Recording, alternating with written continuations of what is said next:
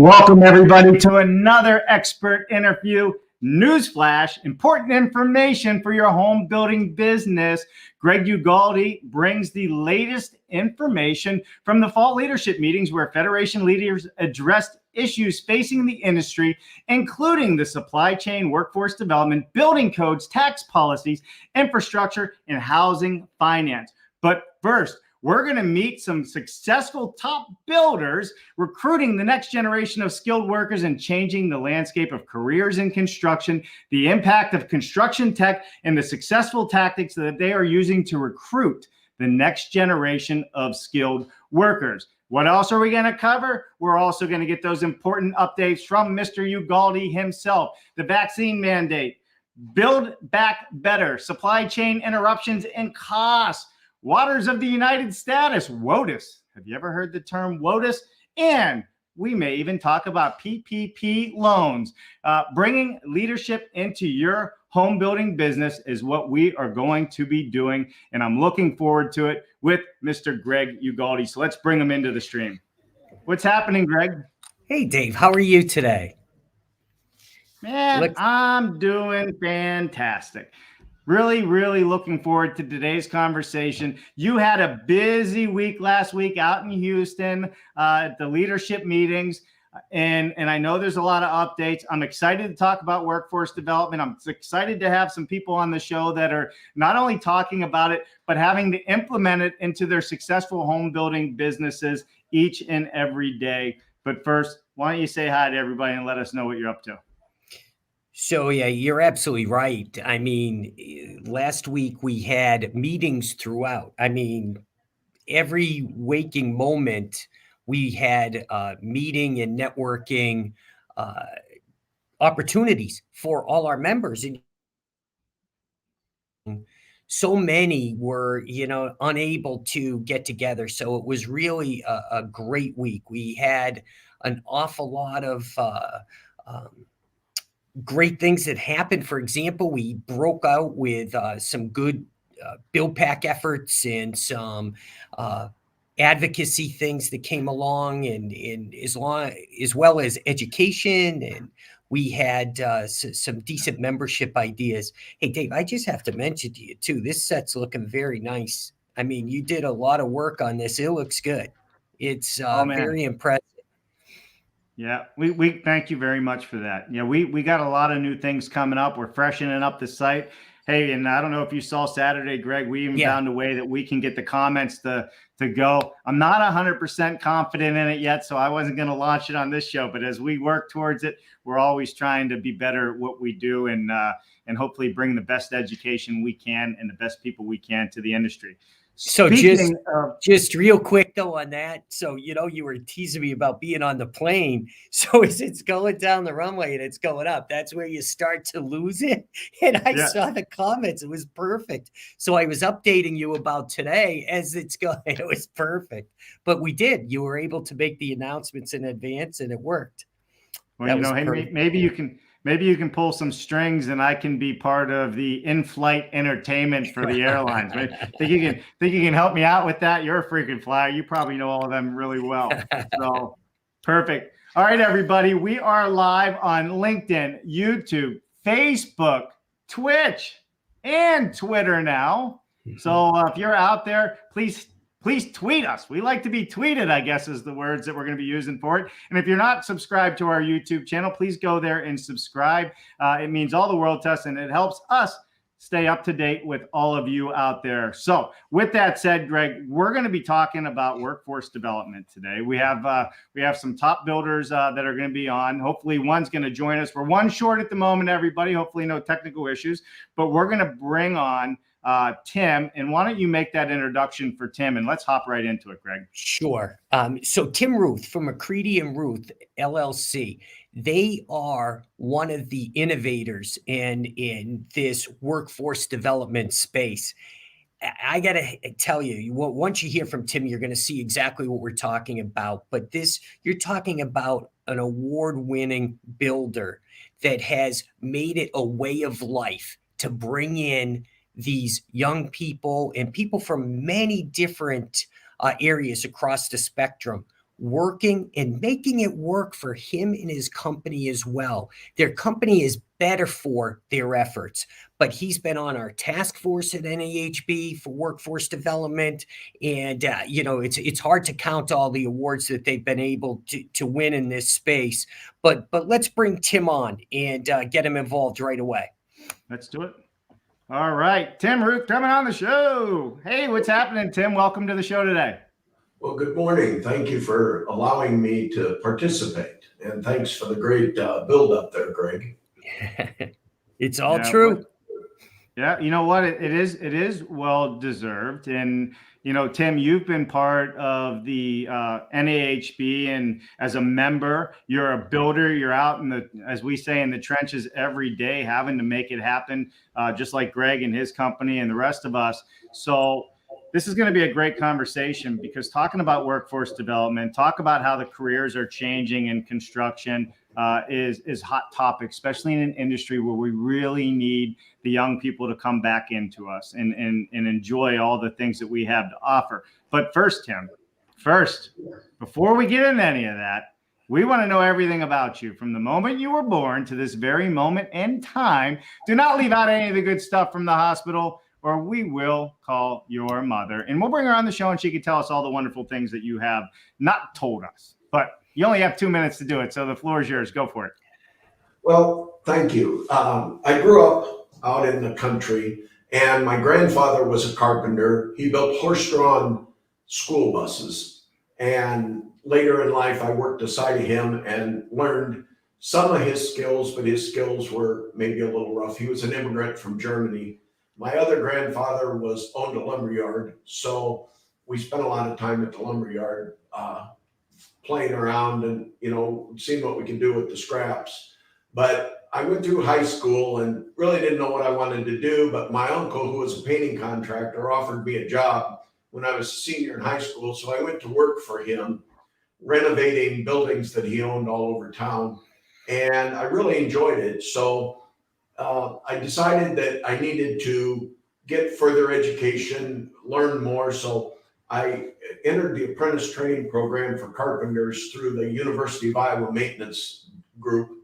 And I finished that. And so I learned the value of a good education in the trades right away.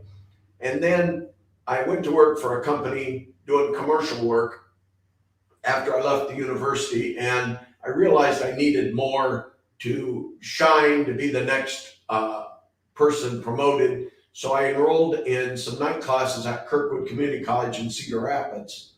And after 2.5, 3 years, I graduated with a degree in construction management.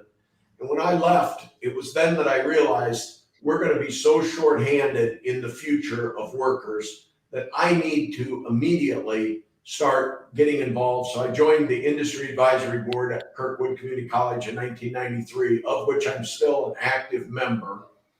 I hired my first intern in 1993. That gentleman now is a successful business owner over in Des Moines and owns a company that sells windows, roofing, and siding.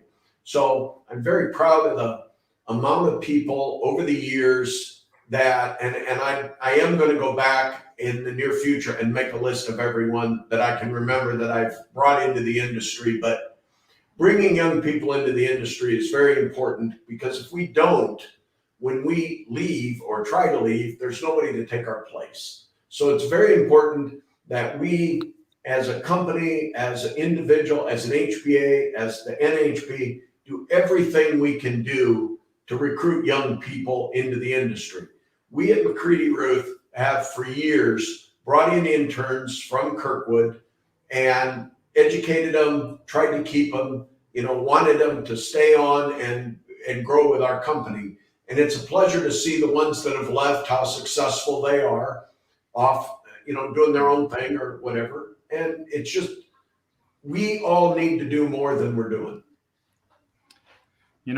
Mentorship is such a big part of our industry, whether it's learning a trade or just learning business or just being a mentor to the community. And, I hear a lot of that kind of in your leadership style, and when you're talking about your company and kind of how the way you have learned, right? It all started back horse and buggies, right? Who would have thought you went from horse and buggies to McCready Ruth Construction building houses? But along the way, that information needs to be passed along, and you can only do so much through book and video. You really need somebody to help you with that. So I think that's amazing. One of the great things is too, and what we're trying to encourage is Tim and others, we've started to do that. You know how with coaches, you always have the coaching trees where everybody that a head coach, say like Bill Belichick, you got to go with the Patriots first, I guess.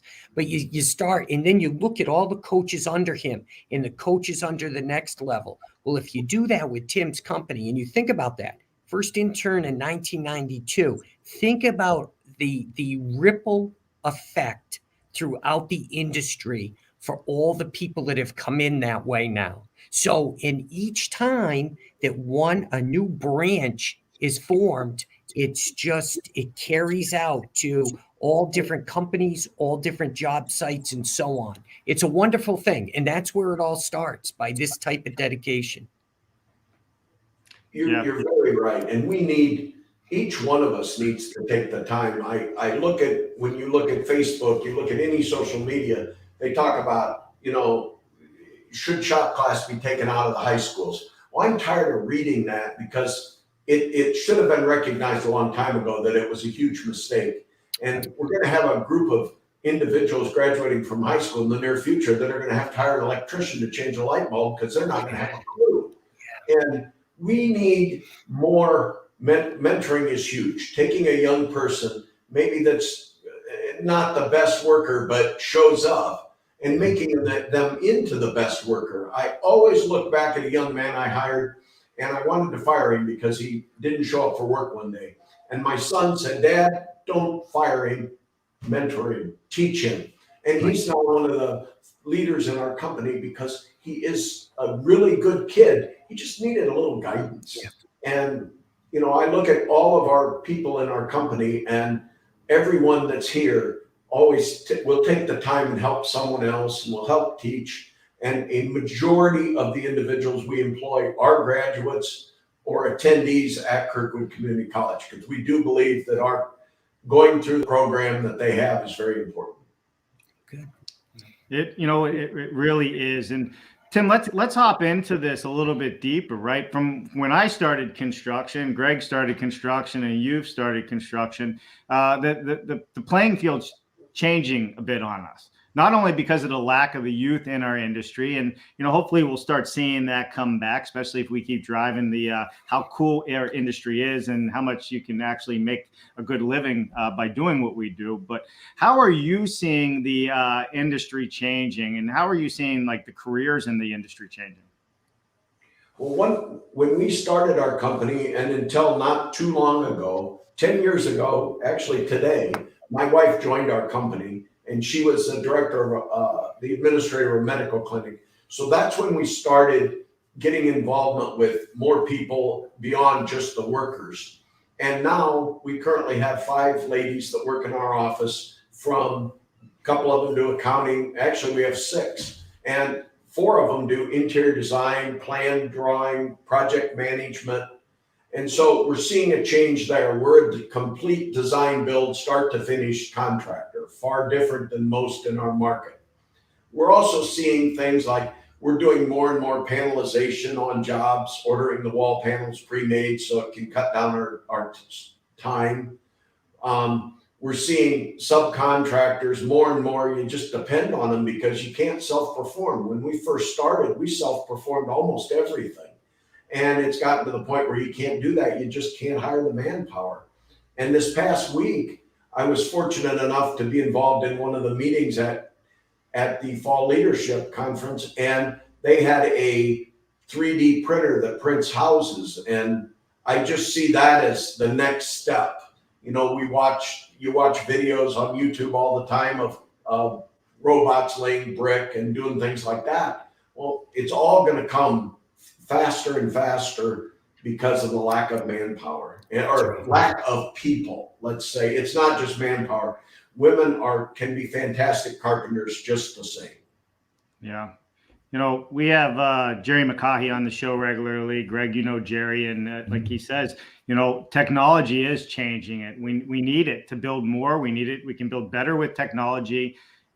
He always says NASA is the best offsite construction builders in the world, right? Can you imagine taking something that you built on Earth to attach it on the space station and it says field verify? The technology's there. We don't need it. And why I say that is the kids today are living and breathing these virtual worlds, BIM, for instance, AI, virtual reality.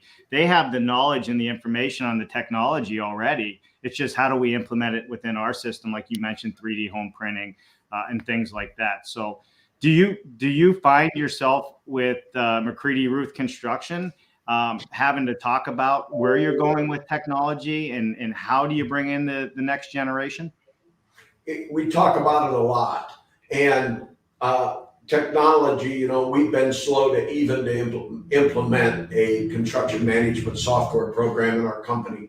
And we have a recent college graduate that is now a project manager with us, and she would really like to get that going. She studied it in school, so we'll be bringing that on. And also, Greg, just so you know, she was the outstanding student in the student competition. Okay, I know exactly who you're talking about, right? On the award-winning Kirkwood Community College team at IBS. Mm-hmm. So yeah, we're seeing a lot of movement in how we do things. Everything will be different. Like I said, I see panelization as a huge thing in our industry. We've started doing precast basement walls. In the wintertime here in Iowa, there's about a 2-month period. It's hard to pour concrete outside. So if we have a project starting then, we'll just do precast basement walls. And they're amazing. They come in one day, you're done. That's right. Yeah. One of the great things is too that we're seeing, there's no question that you can feel the change where students no longer look at the industry as just being for summer jobs or just being how to fill in before you go to try to get 4-year education, even 2-year education. Now people recognize the fact that it's a great life choice, that if you get involved, you're opening up all sorts of entrepreneurial opportunities. You are able to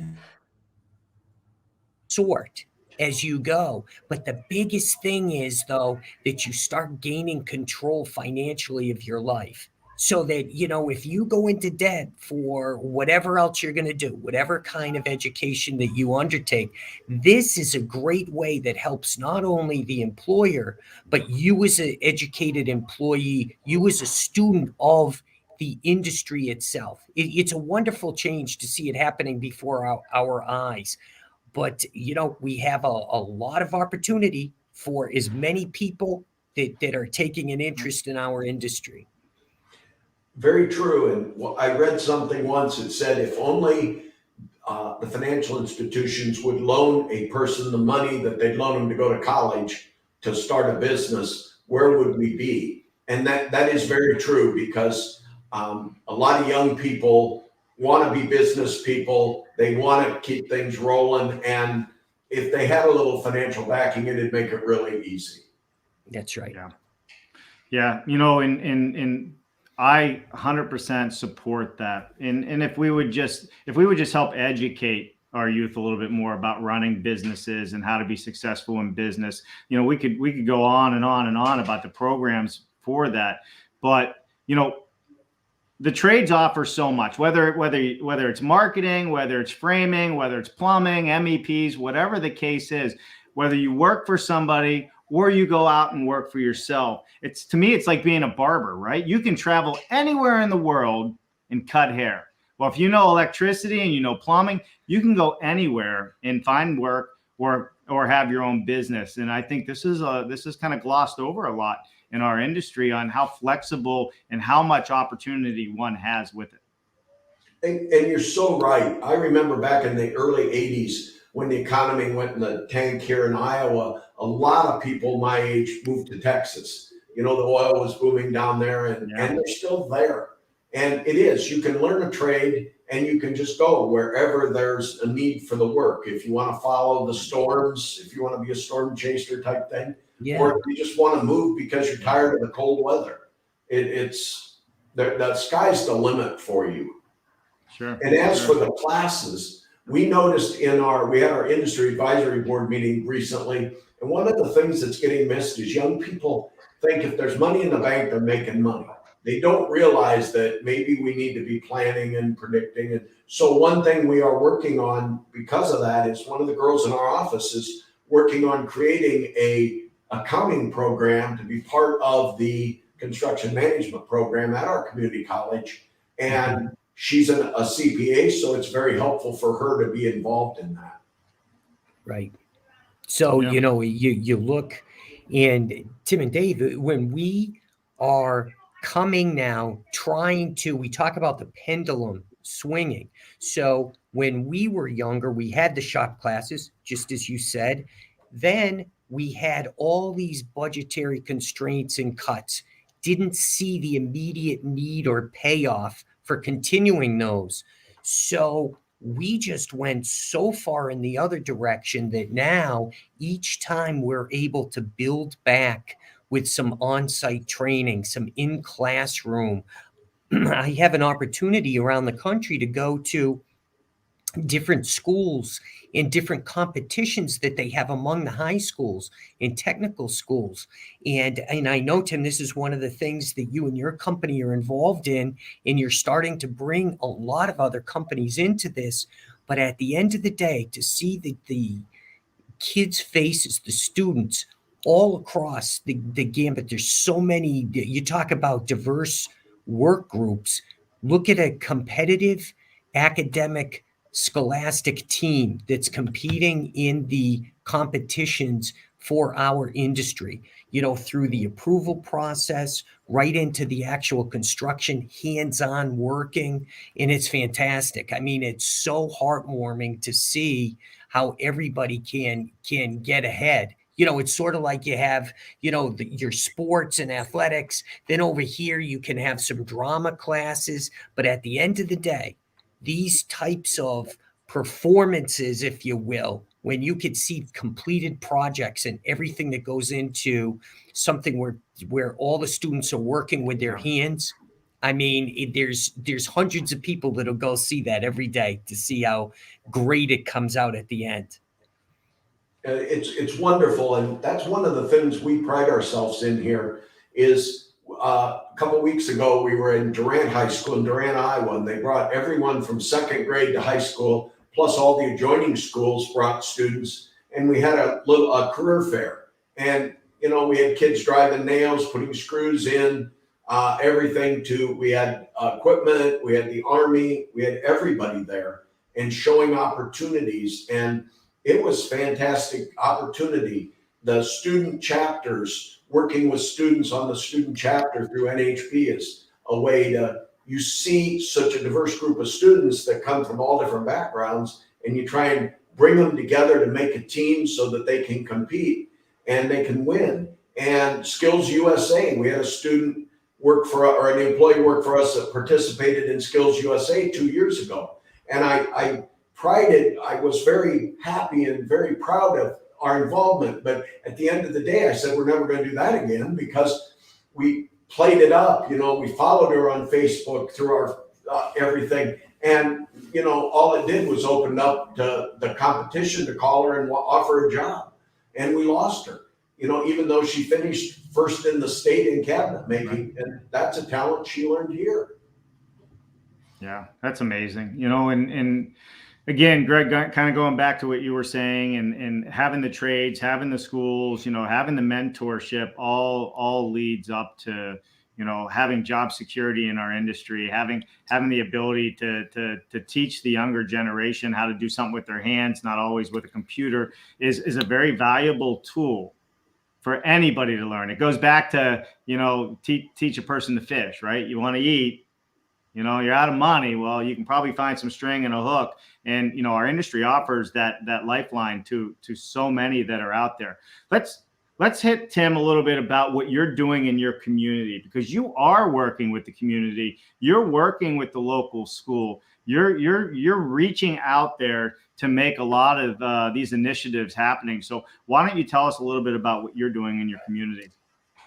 Well, in the community, something we're launching through our Iowa City HBA this fall, we got a couple grants and we've created a mobile construction lab.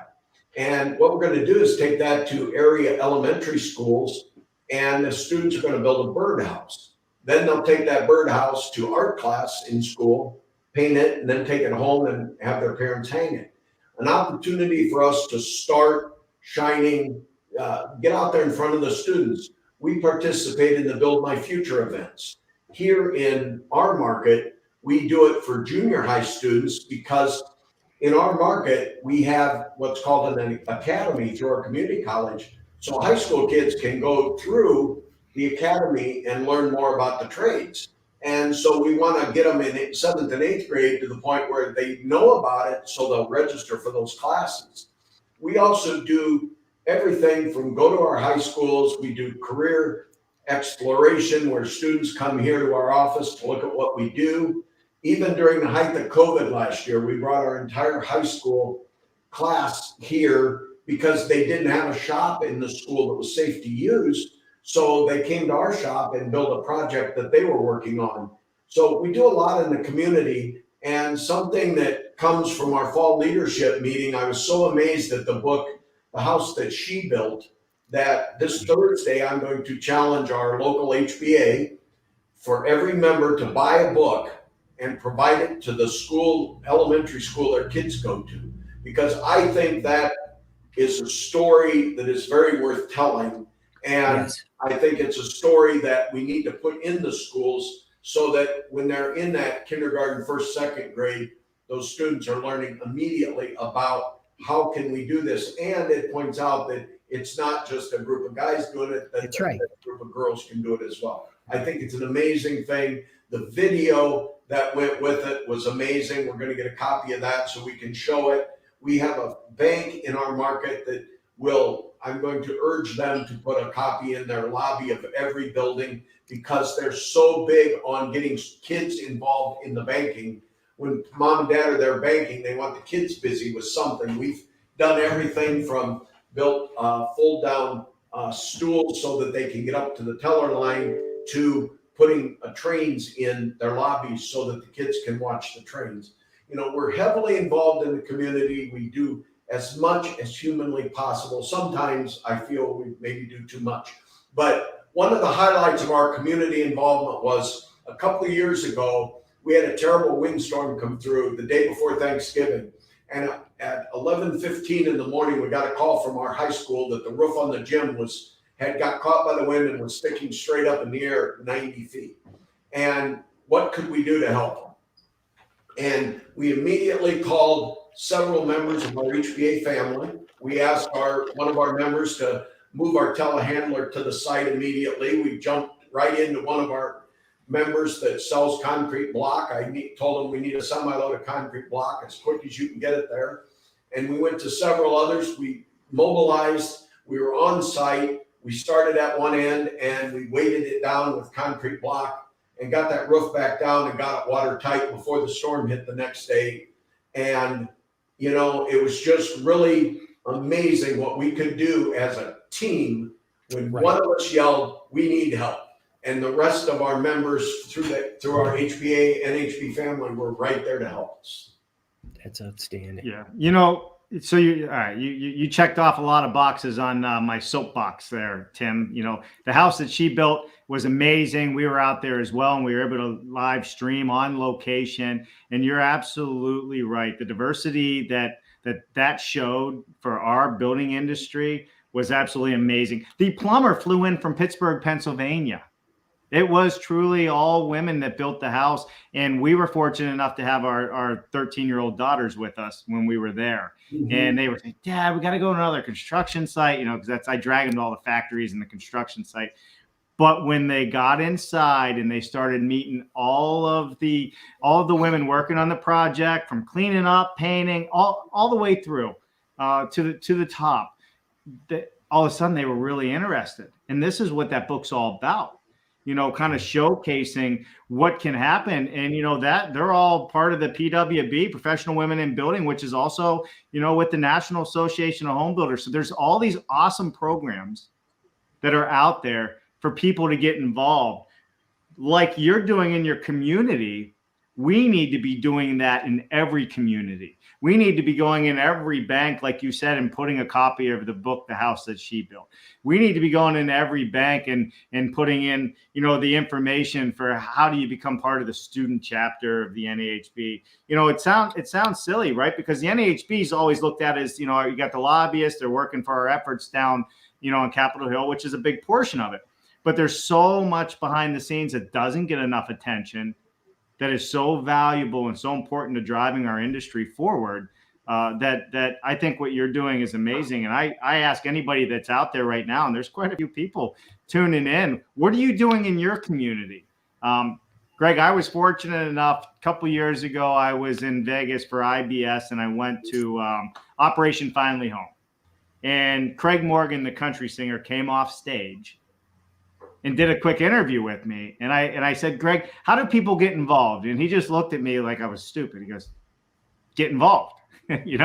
Just, it's not that hard to do. We all need to do our part in this industry to help make it go in the right direction. Greg?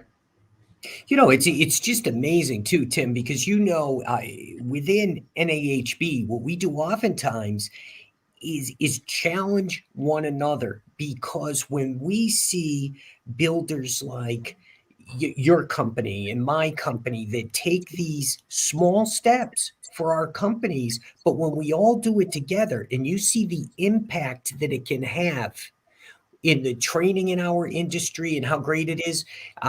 Many years now running, we have interns in our office, from accounting to what I do with our legal staff and closings, to many enjoy right on the job sites. And not just doing the labor work. We like to have, the young people chipping in for the hard work too, because we always feel that's just like no matter what you do, you always have to start at the beginning, and then you can grow. So many of them, and Tim mentioned this earlier, when you look at the success now, from starting with caring individuals that are showing the way early on, helping steer through some of the pitfalls, and the simple message of working hard along with people in the same direction, it's amazing what we can all do for ourselves, for our careers, for our companies, and eventually for housing affordability and putting roofs over people's heads. That's right. It's very true. And something that we have found as we take our programs, we started a student built home program 3 years ago here. It's been dormant for about 10 years. And we put a little twist to it. We built a home for special needs adults.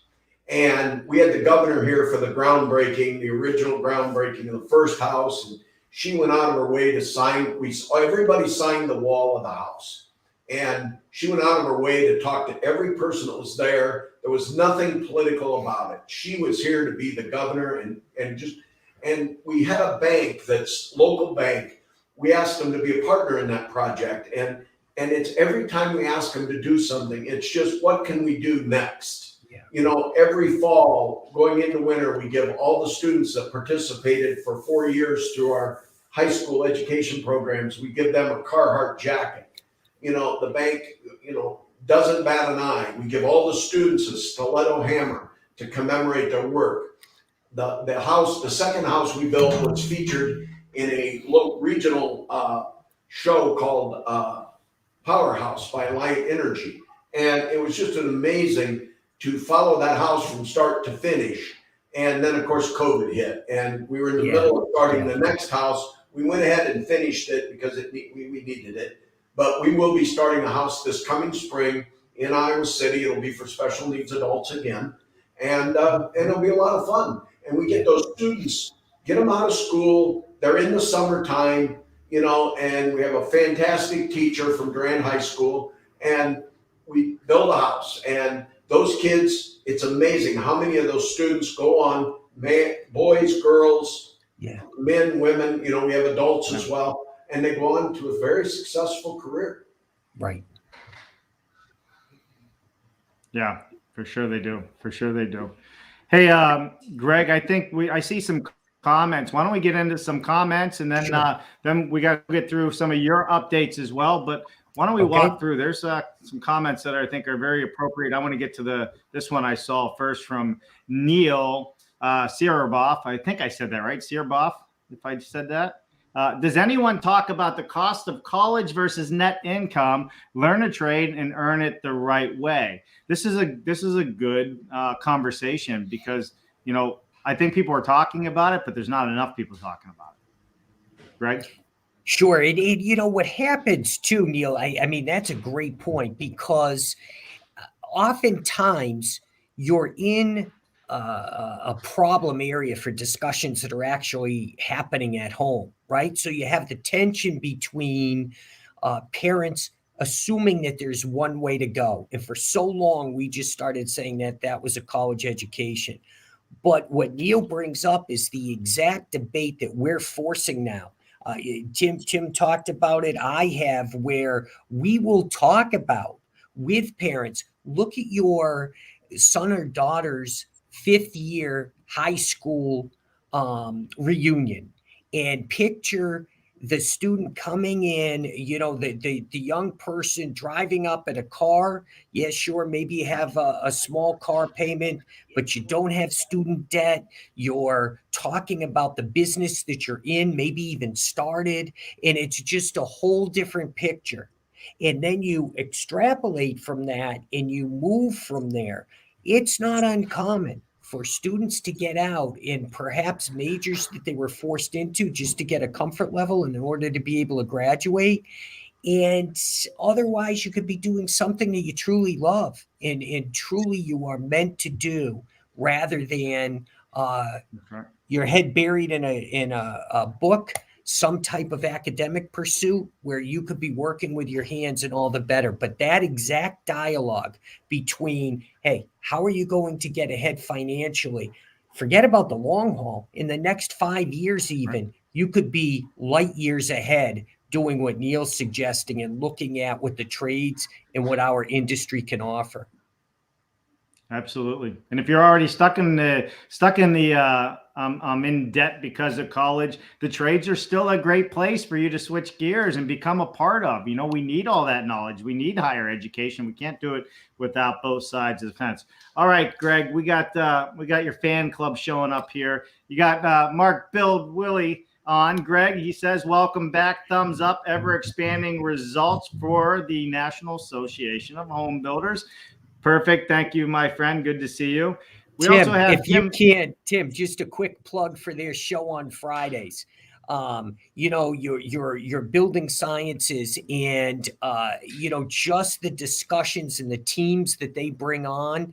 It's worth a watch. And don't forget, you can always watch them in YouTube too to catch up, everybody, because this is fascinating and it's a lot. Search and you'll be able to find a lot of the topics that you'd like to hear more about. Yeah, no, BS Friday with my co-host Mark Bare Naked Willie is always entertaining yet educational. So I promise you, if you don't learn something, you'll at least leave with a good smile on your face because we do have some fun with that. All right, so Jim Baldwin says he has some good ideas. Let's just see what he has up here. Jim, haven't seen you for a while. I hope you are well. Totally agree. We need to bring in a new generation into the trades. I also think we need to make sure we understand how they perceive the tools and technology. Does this generation expect to be working with higher tech systems? Now, Tim, I'm going to go with you on that one first because you're out there every day doing it as well. What are your thoughts on that question? I think some of the students that are going to come into the industry in the future, I think the 3D printed concrete homes, they're a ways away, but they're not far away. I think, we see laser technology. I have a friend and a good member of our HBA that's a paving contractor, and they do everything with GPS and instead of strings and lines. And technology is going to be definitely a whole new, it's going to change how we look at things. When you see a paving machine driving down or paving a section of highway and it's coming off of point somewhere, who knows where, but somebody had to set all those points. So yes, technology is going to be a big thing. We see a lot of electrical, the future electrical upgrades on the grid are going to be a huge thing because of all this upgrades to have electric cars. Nobody thinks about you plug 2 cars in and you trip the brake, your main breaker because you don't have enough. So we're going to have to do a lot of that. There's so many things out there technologically challenging. An old guy like me, I'm not good on the computer, but I can cut a board, I can build. I see replacing a worker in our shop very soon with a CNC router table. So it just automatically does everything. We're going to have to come around because we can't hire young people. We do not hire them like we used to. They used to come to work, want to work. Now, kids don't want to come out of college, out of high school. They want the summer off to enjoy with their friends. Yeah, very That's true. Interesting. Yeah, very true. So, from what I just heard, when you put down the saw, Tim, if you have to cut something in the future shop of yours, you're going to have to call somebody to run that CNC machine for you. No, I'm going to have my own saw, the old-fashioned way, in my own shop. I want a picture of that. That'd be a great storyteller, right? If we could have the CNC next to Tim cutting the wood by manual labor, we can show the future and the past, kind of like, and we could start with the horse buggies.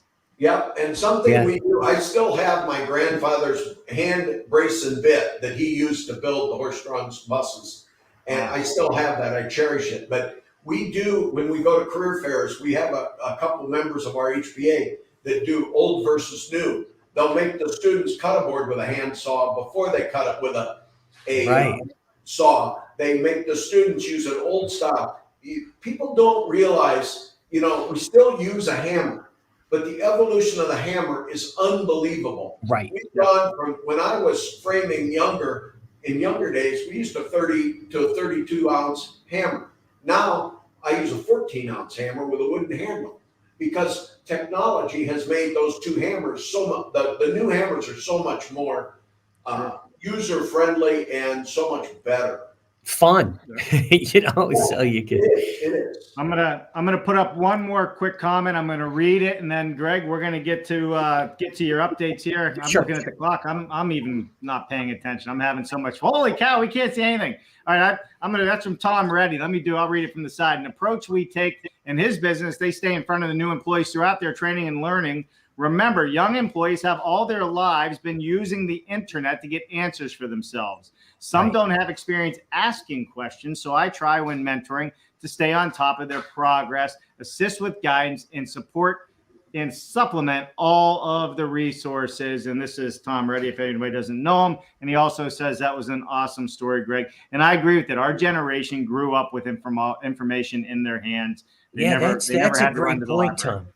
Right? Yeah, that's a great point because we talk about it all the time, Tim, and we see this with our young people is that they are so used to getting immediate answers, not working for an answer, but just expecting the answer. And it's just a different, you're formed, but it just is a challenge for us to always stay ahead from that. That was very good, Tom. And very good. Something that we see our younger employees doing. Our older employees will be reading the directions to put hardware on or to put something together. Our younger employees just Google it. I just Googled it. And I got it right here.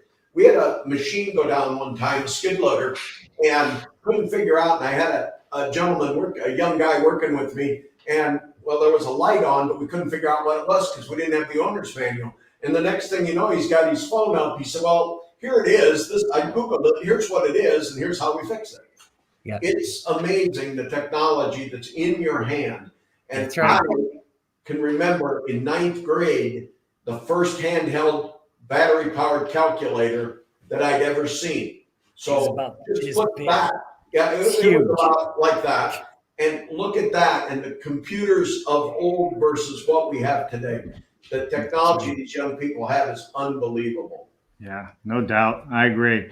Tim, listen, Thank you so much for joining us on today's show. Don't go anywhere. We're going to come. You can join us as we wrap up the end of the show. We're going to jump into some of the updates that happened in Houston with the National Association of Home Builders here next. If you had some questions for Tim or more comments, we'll get to them at the end of the show. But we want to make sure everybody gets what they came here for. So as we normally do, Greg is going to speed round through all the latest and greatest technology and information that he had learned out at the fall leadership meetings with the National Association of Home Builders. So, Greg, why don't you give us an overview, and then we'll start off with the vaccine mandates. Go for it.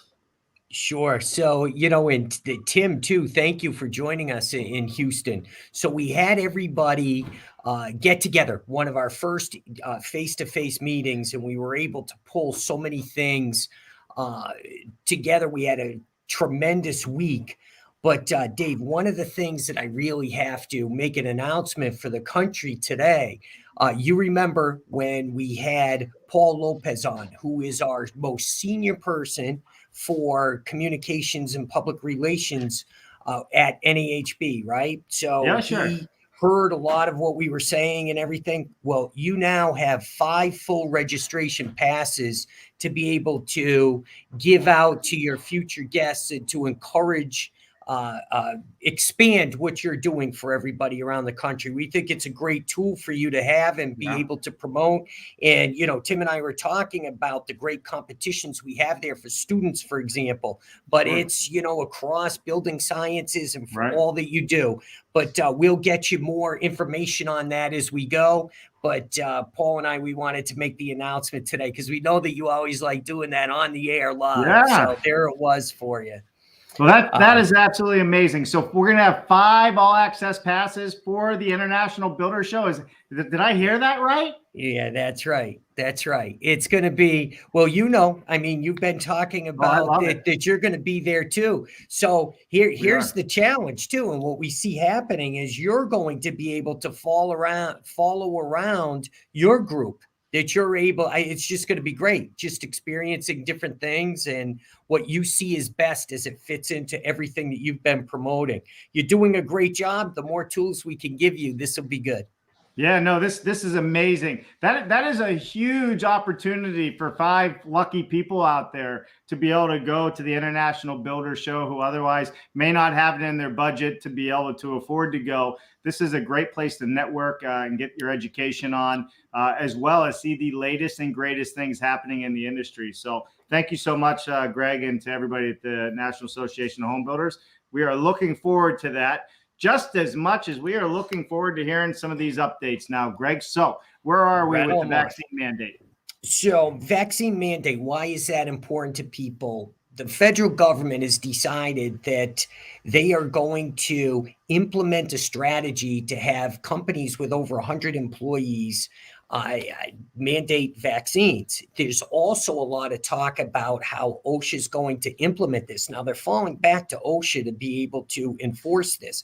Why is that an issue? Well, there's also going to possibly be some mix of testing, right? So 5 days worth of negative tests in order to be able to stay every 5th day negative tests in order to be able to stay on the job. Well, there's all sorts of cost issues for companies and everybody involved to be able to bear that burden. So as we look forward, right now, for example, it doesn't affect the majority of our members because of that 100 employee minimum, but it will affect suppliers right off the bat. And of course, it trickles down into everybody we're involved with. So watch for that. Vaccine mandates, you're going to hear more about it. And it's a red hot topic right now. Perfect. And I have in the link below, NAHB.org/coronavirus. So you always go get more information on the website as well. All right, Greg, infrastructure bill was another hot topic. Build Back Better. What is the infrastructure bill? Can you educate us a little bit?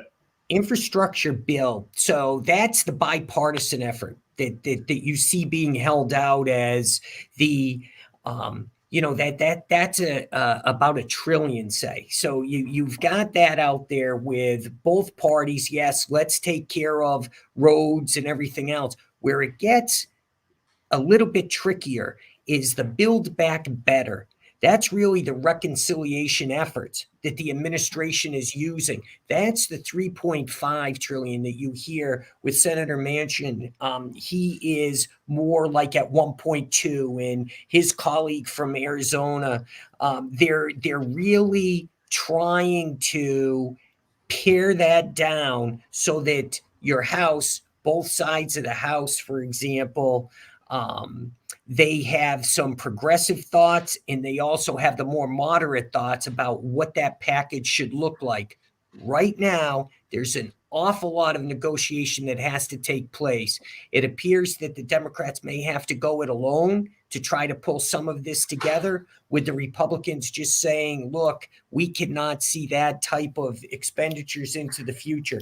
There's a lot of good for our industry in it, but there's a lot of ways that are going to be have to be focused on in order to pay for it. So that's always where the challenge is. How do we balance this whole thing? But we'll have more in future shows, Dave. But these are the things. And the reason why it's good to bring them up now is because you're hearing these buzzwords. And how does it all fit together? It fits together now. They have an awful lot of negotiating to do in a short period of time. Yeah, well, get to negotiating. Let's do it. Love it. All right, supply chain interruptions and costs. Now, Greg, this has been a thorn in our industry side now for a while, with the supply chain interruptions and the rising costs of lumber and the lowering costs of lumber and all of this. What are you guys seeing from a leadership level and on a national and international level? And tell us a little bit about what those conversations were. So we've been reporting some control over the lumber side of things, right? So that we're working with Canada still on the treaties. That's an ongoing discussion.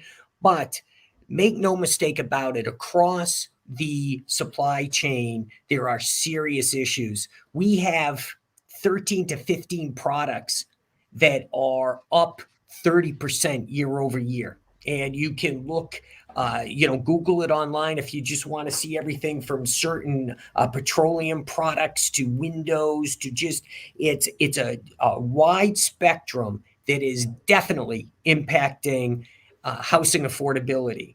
And it's something that we as an industry have to keep our eyes on. So we had that convening with the Secretary of Commerce and with Secretary of Housing, where we're still working closely with the administration on a weekly basis. We keep discussing these issues, but we really have to look for some ways to start controlling this, because the price pressure's going up. You're also looking at it, potential slow growth in interest rates, but all of that comes together to make housing more expensive, and it's something we have to control. Supply chain is not going away. Cost increases are not going away anytime soon. It's about management and figuring out how to control. For sure. All right, we got two more topics, but again, I want to put it out there because I'm seeing some comments. These 5 International Build Show giveaways are going to be raffled off live on our show, and Greg will be part of those raffles. Greg, I got this really cool thing that'll pop up, and people that join the show, if we give them a hashtag, it'll circle them around, their face will pop up, and it'll stop just like you're in Vegas, and it'll pick the lucky winner. So unfortunately, everybody, it's not my choice. It's going to be the computer's choice and your choice to join us so you can sign up. All right, Greg, Good. Listen, we got 2 more. Let's get them. We got Waters of the United States, WOTUS. I've heard of POTUS. Whoops, go ahead. Waters of the United States. So we could go through this quick, because remember, we need a minute for IBS at the end. That's really what a lot of people are waiting for, to hear how that's coming together. So Waters of the United States, we actually took a step almost backwards. So the previous administration had resolved the best they could the conflicts between each half of the country. There's different outcomes depending on what WOTUS rules you use. So right now, our group, NAHB and others, are looking for consistency. We're looking for a way to determine. We thought that we had made great strides, but when the court started pulling back on the ability to unite under one WOTUS rule, we have to get back to that point. So, and what Waters of the United States determine are serious implications for all the approvals that happen around the country. Right. And that's why unpredictability is not good in that sphere. It just doesn't help anybody. It's very expensive to try and determine where you're going to be and what's going to be the ultimate answer. We're trying to get answers there as quickly as possible. Watch for that red hot issue. Red hot issue. I love it. Why don't we say, unless you want to, the PPP loans for our next conversation and hop right into IBS, or do you want to get through it? Sure. I'll say that basically what that is too, though, Dave, real quick, is that so there was when people were building on spec around the country and did exactly what they were told, PPP loans being made available to keep people working. That's what it was all about. It was to get us through the stringent times. What happened was they took out an old SBA regulation that said, you're in trouble here if you don't have your houses pre-sold and you're going for loans. Not true. That is not what the government intended. And it took us a while to work that through the court systems. But right now, PPP loans will be forgiven for all the builders across the country. Big news. Wow. Big gain, big win for us. Yeah. I mean, that's huge win. And I think let's spend some more time on that when we come back to the show. But there's some detail there that I think a lot of people want to know. All right. The big event, the 40 football fields of exhibition space, 40 football fields, the International Builders Show. If 40 football fields doesn't put it in perspective of how big this show is and how many people from around the world attend it, I don't know how else to explain it. The big news for now is that we are going forward with it. There's no doubt. We have a IBS task force. We meet every other week, and we have tests. We have a lot of studies that we do, questionnaires that go out, not only now to attendees, which is critical. So normally when we look at the 40 football fields, 1 million square feet, that's big. That's big for everybody. We usually have like right around 100,000 attendees. And this year, as we're breaking out of the pandemic, we're not quite sure we're going to get to our normal lofty numbers. It's in Orlando, but we'll be there. We'll have good numbers and we'll have great exhibits. The things that we've had to do are try to come to terms with what we are able to tell exhibitors that are going to be bringing their employees in and setting up their exhibits. So we will be offering all those rules. They're at buildershow.com. And we're talking about in Florida, you cannot mandate vaccines. So what you have to do is start with a 5-day negative test. You heard that OSHA's sort of looking at that as well. But for the show, 5-day test, or you could get an exemption if you're vaccinated. So we're not requiring it, but that's how you get exempted.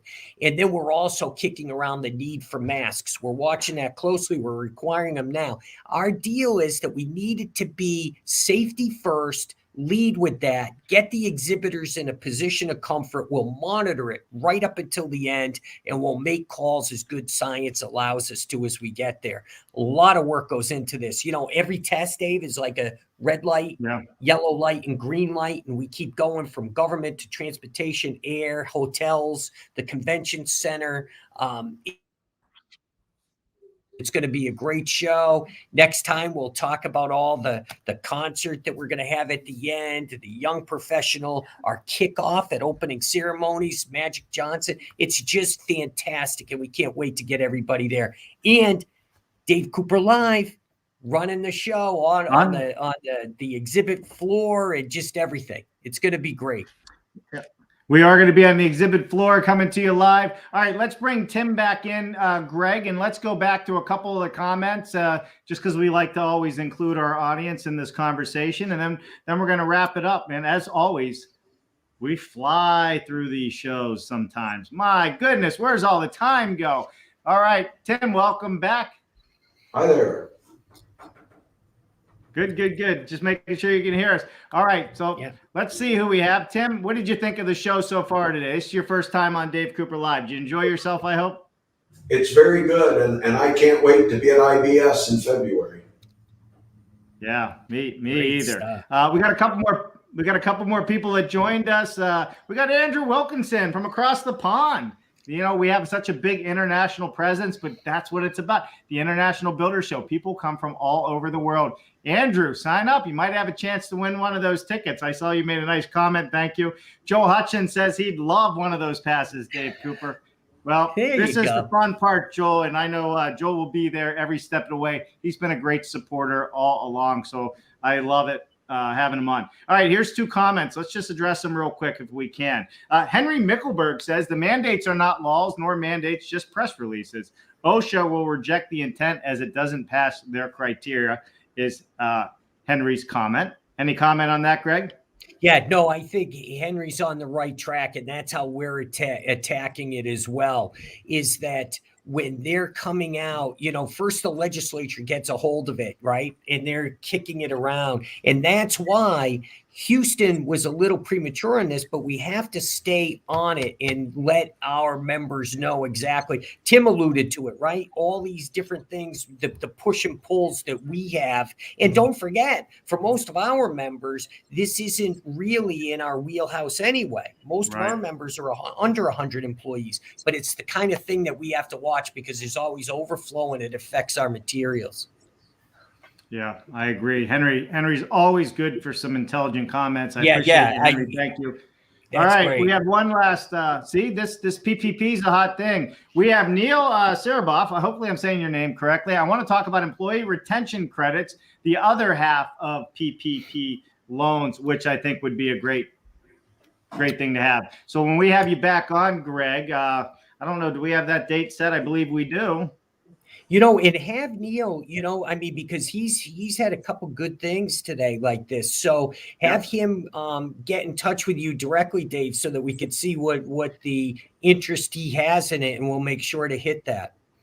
Yeah, I will. Neil will reach out as well. So, and we will also get put up here our next show date, so everybody has it.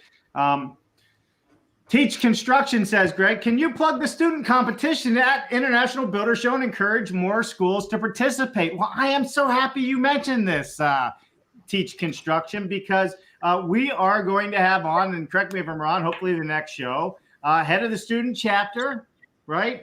Greg Zick, hopefully will be joining us for that upcoming show. And we are big on plugging the students. And Greg, if you didn't know, is the one that is lucky enough to give away these awards each year to these schools in the competitions. So, Greg, you want to put your 2 cents on that? Sure. And, you know, and Tim's been involved in this across the country too. So what happens is it's really unbelievable. It's both high schools and colleges that compete. And I mean, they're taking things through the right from the start, introduce an idea, get it approved, and then actually carry through, build it. And they're coached. They have professors and faculty that are helping them, teachers in high school, and it's phenomenal. And when you get these kids at the end of the week and the students come in and they're getting scholarships and awards and the music's playing and there's 900 people packed into this after the culmination of a successful week, there's no question that every one of them tries to come back. And I can't tell you, when I look in their eyes and they shake my hand and say, I remember you from last year, it's just the warmest thing that we have going in our industry, and I look forward to it. It's one of my favorite things that I do. And Dave, I can imagine so. Dave, I've judged. Sorry, Tim, I cut you off. Say it again. I've judged the student chapters for 2 years, competition, and it's an amazing thing. Like Greg said, just watching the students and especially their presentations, how proud they are of their work. Yeah.